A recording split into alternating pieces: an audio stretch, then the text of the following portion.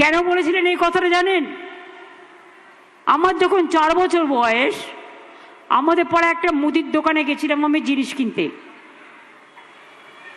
একজন ভদ্রলোক হঠাৎ দেখলাম বিড়িটা ছুঁড়ে দিলেন, আর একটি বাচ্চা ছেলের পেছনের গেঞ্জিটা পুড়ে গিয়ে আগুনে জ্বলে গেল, পিঠটা পুড়ে গেল।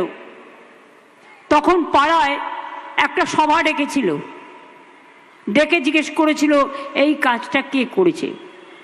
কেউ বলছে না। তখন আমি গিয়ে বলে দিয়েছিলাম ওই ভদ্রলোক করেছে। বাবা বলল, তুই তো একটা অশান্তি লাগালি, তোর কি দরকার এত অপ্রিয় সত্য কথা বলার? আমি বললাম, দেখো বাবা, বাচ্চাটার পিঠটা তো পুড়েছে, এইটুকু তো আমি দেখেছি, আমি তো এটা বলবই।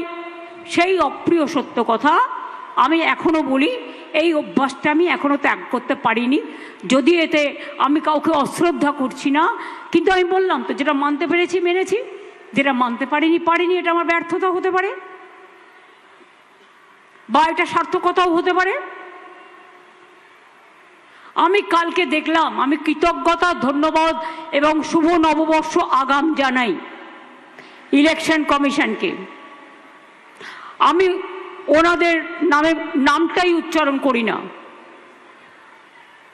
আমি শ্রদ্ধা, কৃতজ্ঞতা, ধন্যবাদ জানিয়ে, এই যে ভাইয়েরা ভালো করে তুলুন, গদি মিডিয়া ভালো করে বিজেপির কাছে পৌঁছে দিন, বলুন ওদের কোনো দোষ নেই, সাংবাদিকদের, ওদের মালিকরা, ED, IB, ED, CBI. Debdeep তো একদিন টেলিগ্রাফে কাজ করতে জানে সব। যত বিজেপি সার্ভে করে দেয় সেটাকে ওকে দেখাতে বাধ্য হয়। ওটা ওদের কথা নয়, ওটা বিজেপির কথা। আমি বলি, আপনাকে কৃতজ্ঞতা জানিয়ে বলি, শুভ নববর্ষ। আপনি বলেছেন, কি যেন বলেছে, তৃণমূল কংগ্রেসকে, কালকে একটা টুইটার করেছেন, বলেছেন ওনাদের হ্যান্ডেল থেকে যে তৃণমূল কংগ্রেসকে, কথাটা যেন কি করেছে, কেউ দেখনি?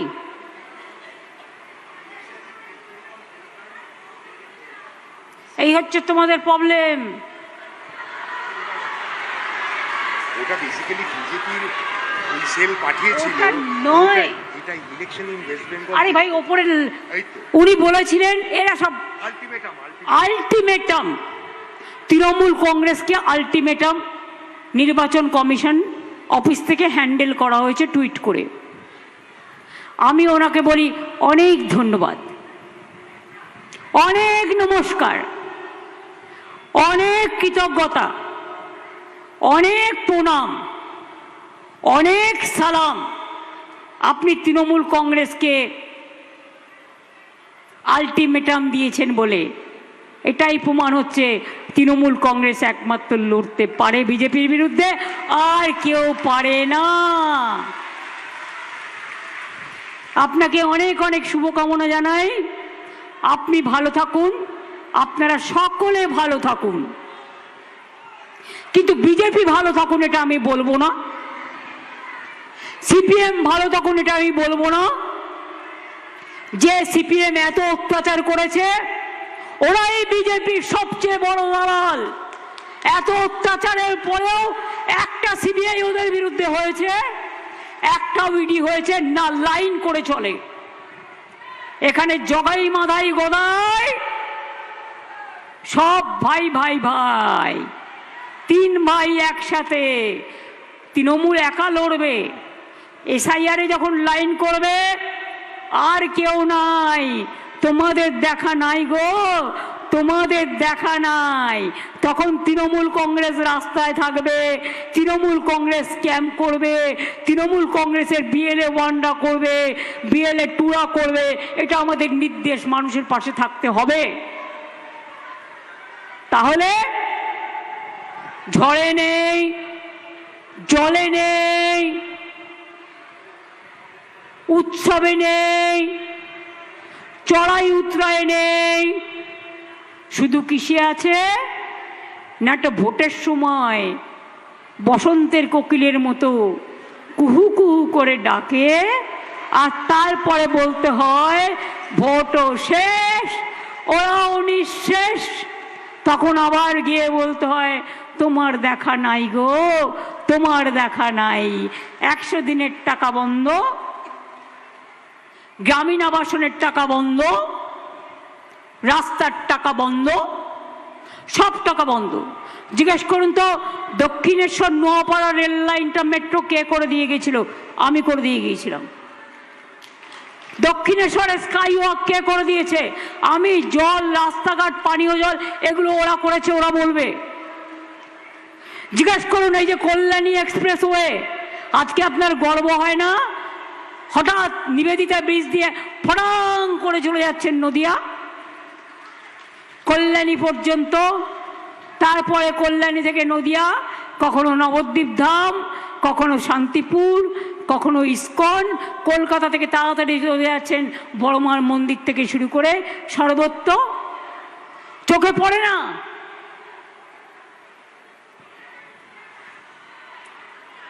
আবার নির্বাচন আসছে, বাংলায় ভোট বাবুরা আসছেন, এত নাম কেটেও লজ্জা নেই। বলছে সবাই নাকি অনুপ্রবেশকারী, তাই নাম কেটেছে। 90 লক্ষ লোক অনুপ্রবেশকারী, আর আপনাদের পার্লামেন্টে লিপ্রায় আছে সারা ভারতবর্ষে কত অনুপ্রবেশকারী। আপনারা উত্তর দিয়েছিলেন, লিখিত উত্তর 2025-এ সারা ভারতবর্ষে মাত্র 2000 সামথিং। কালকে অনুপ্রবেশকারী বলছেন। আপনারা অনুপ্রবেশকারী যারা বসে আছেন, তারা এদেশে জন্মেছেন, এদেশে কর্ম, এদেশে ধর্ম, এদেশে বর্ণ, এদেশে সবকিছু। আজকে তারা অনুপ্রবেশকারী হয়ে গেল। আপনাদের লাইনে দাঁড়িয়ে প্রমাণ করতে হবে যে আপনারা এদেশের নাগরিক কিনা। এর থেকে বড় অপমান, এর থেকে বড় অসম্মান আর কি হতে পারে মা বোনেরা আমার? আর কি হতে পারে ভাই বোনেরা আমার? একবার নিজেকে জিজ্ঞেস করুন তো, যার নাম উঠেছে সে খুশি, কিন্তু আপনার নামটা যে কাল থাকবে তার কোনো ঠিক নেই। কারণ আমাদের সরকার এই জন্যে দরকার, কারণ এরপরের প্ল্যান হচ্ছে এনআরসি। আসামে এনআরসি করে 19 লক্ষ লোকের নাম বাদ দিয়েছিল, তার মধ্যে 13 লক্ষ হিন্দুও ছিল, এটা মনে রাখবেন। অনেক মতুয়াদের নাম বাদ দিয়েছে, তপশিলীদের নাম বাদ দিয়েছে, সংখ্যালঘুদের নাম বাদ দিয়েছে, হিন্দুদের নাম কম বাদ দেয়নি। শুধু আপনার জেলায় গিয়ে দেখে আসুন, বাগদা, বনগাঁ, বসিরহাট থেকে শুরু করে গাইঘাটা যান, গিয়ে দেখে আসুন কত নাম বাদ দিয়েছে। আজকে নাকি উনি বলেছেন, মানে আমোদি পামোদি বাবুরা বলেছেন বাংলায় নাকি মাছ উৎপাদন হয় না, বিহারে নাকি এত মাছ উৎপাদন হয় যে বাইরে রপ্তানি করতে হয়, বাইরে বেচতে হয়। আমি বলি তুমি তো বিহারে মাছ খেতেই যাও না,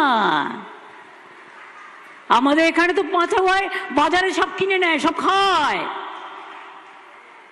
আগে তো বাংলায় সব মাছ হায়দ্রাবাদ থেকে আসতো, এখন হস্তে হয় না। তুমি সংখ্যাটা জানো? পার্টি যা বলে দিচ্ছে কানে কানে তাই বলছো। রাজস্থানে মাছ মাংস ডিম খাওয়া বন্ধ, বিহারে বন্ধ, উত্তরপ্রদেশে বন্ধ, দোকানও বন্ধ। আর এখানে বলছো বিহারে এত মাছ উৎপাদন হয় যে বাইরে পাঠাতে হয়। তুমি তো মাংস এখান থেকে বাইরে পাঠাও, তুমি গোমাংস ওমানে পাঠাও এখান থেকে। তুমি সৌদি আরবিয়ার গলায় যখন কোলাকুলি করো, একবারও কি ভাবো ও হিন্দু না মুসলমান? দেশের বাইরে এক নীতি আর দেশের ভেতরে আর এক নীতি। ছদ্মবেশী মুখোশ, বহুরূপী ভাই বোনরা যেমন নানা রূপে সাজতে পারে, এটা ওদের পেশা। আর বিজেপির হচ্ছে মিথ্যে কথা বলার নেশা। জুবলা গভর্নমেন্ট সব রাজ্যে মাছ বন্ধ করে দিয়েছে, মাংস বন্ধ করে দিয়েছে, ডিম বন্ধ করে দিয়েছে। আমাদের পুকুরে মৎস্য উৎপাদন হয়, বাজারে প্রতি বাজারে যা মাছ আসে সবাই কিনে নিয়ে খায়। কেউ মাছ খায়, কেউ মাংস খায়, কেউ ছাতু খায়, কেউ ধোকলা খায়, কেউ লিট্টি খায়, এটা তাদের ব্যাপার। কে কি পড়বে, কে কি খাবে, কে কি গাইবে। আর ভোটের সময় এসে তোমরা কি করো? ধরুন এটা একটা কাগজ, আমি এরকম করে দেখলে আপনি বুঝতে পারবেন এটা কাগজ, কিন্তু ওনারা ব্যবহার করে টেলিপ্রম্পটার। চশমার গ্লাসের থেকেও পাতলা, হালকা। আপনি সামনে এসে দাঁড়ালে তবে বুঝতে পারবেন, তা না হলে বুঝতে পারবেন না। ওখানে লিখে নিয়ে আসে নিজের ভাষায়। আমি ভাবতাম আগে, আমাকে ডেরেক বলেছিল, ডেরেক অব্রাই, ওর মা ওকে বলেছে, আরে মোদিজি এত ভালো ইংরেজি বলে। তো ডেরেক বলেছিল, তুমি জানো না আসল চালাকি? ওই টেলিপম্পটারে লেখা থাকে, ওটা পড়ে বলে। আমি একবার বাংলাদেশের সাথে আমাদের একটা মিটিং ছিল ইন্ডিয়া গভর্নমেন্টের, 4-5 বছর আগে। তখন আমায় ডেকেছিল। তো মিটিংটায় মাত্র 10-12 জন ছিল। তো আমি দেখলাম সেখানে উনি প্রেস করছেন, ওনারা দুজন দাঁড়িয়ে। আর প্রেস করছেন যখন আমি দেখলাম, কাছে বসেছিলাম, স্পষ্ট টেলিপম্পটার দেখে বলছেন, এখানেও সেরকম এসে বলেন,